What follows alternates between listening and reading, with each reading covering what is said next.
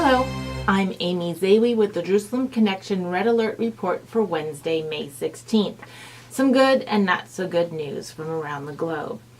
The U.S. Embassy has moved its embassy from Tel Aviv to Jerusalem, opening its doors on May 14th to much celebration. Guatemala is slated to open the doors on its relocated embassy from Tel Aviv to Jerusalem today, May 16. Paraguay announced that it hopes to get its relocated embassy in Jerusalem open by the end of May. Benjamin Netanyahu noted that at least 6 other nations have expressed similar desires to move their embassies from Jerusalem to Tel Aviv in the near future, all following President Trump's lead. This is great news. An organization called Camera on Campus supports Zionist groups across college campuses on 3 continents. Approximately 70 groups are now operating with the help of Camera on Campus to rise up against organizations that seek on college campuses to libel Israel, to make false accusations, and otherwise berate or belittle or bully Jewish students on campus. This group supports Jewish, Israeli, and any group that stands up for Israel with resources to help it combat the falsehoods. Last week, 2 specific groups were awarded recognition by Camera on Campus at its gala in Florida. Camera's Outstanding Campus Activism and Outstanding Student Leadership Awards were given in the memory of a Mr. David Bar-Alan, a former editor at the Jerusalem Post and friend to the organization. First, I'd like to make a shout out to JMU, George Mason University, located in Fairfax, Virginia, my own backyard, as they were the recipient for the Outstanding Student Leadership Award, particularly to their group called the Israel Student Association. Over the past 3 years, the Israel Student Association worked tirelessly to rise up against a fiercely anti-Israel group called Students Against Israeli Apartheid, who is very active on the Fairfax, Virginia campus. GMU ISA members regularly attend the Students Against Israel Apartheid events in person to address the false statements and accusations made by this hate group on their campus. The students were awarded a 2017 Collaborative Spirit Award for their work in environmental education with GMU's Secular Student Alliance, and have partnered with other groups, including the Feminist Student Organization. So clearly this is a diverse group lending a helping hand to a variety of folks that support their cause. Last year, when the campus hosted the National Students for Justice in Palestine conference, GMU's ISA group responded by creating a week-long dialogue campaign, hosting a Unity Shabbat dinner with hundreds of students from all different backgrounds and religions in attendance.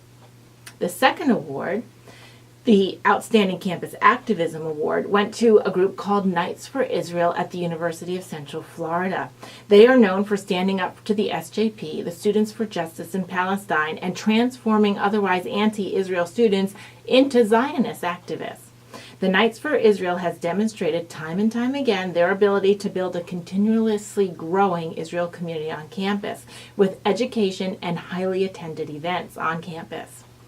The international governments and particular college groups are making progress on the international stage and at the local level. But these bits of insight seem to be lost on many on the European continent. For example, BDS activist groups have now taken to Facebook in order to target an Israeli singer.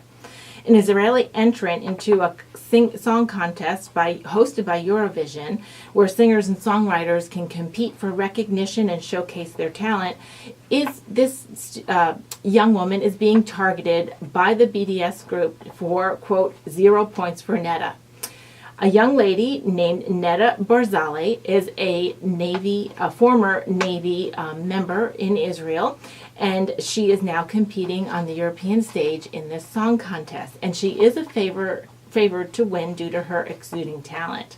However, the Facebook campaign is rallying for 0 points for Netta, as they accuse her of somehow being personally responsible for some of the Navy activity, the Israeli Navy activities, were in against Gaza in the past few years. Keep in mind, Netta was part of the Navy band, and she did, however, post her own social media posts during that time in her naval uniform, singing songs of encouragement to her fellow service members. So apparently, according to Facebook, if your hate is directed in the right direction, one with a progressive narrative and also often a false narrative, those are okay. Other groups who seek to expose these things, including the writer and commentator Barry Shaw, are often censored on Facebook and have to fight to allow their voice be heard. So this is a pretty interesting incongruency, considering Facebook was up in front of the U.S. Congress a few weeks ago, claiming that they were not biased in any way politically. That's another topic to discuss.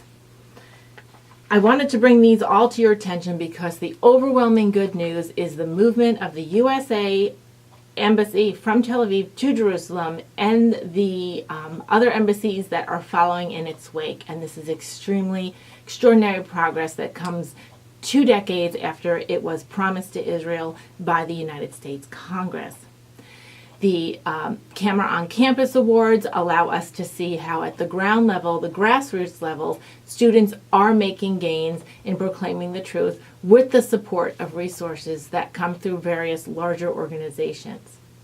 As far as Facebook's concerned, BDS activists still rear their ugly heads and target individuals, arguably in an anti-Semitic tone, not simply one regarding a policy or debate issue.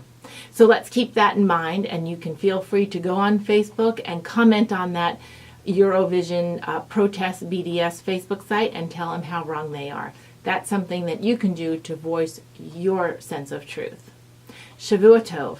Have a great week.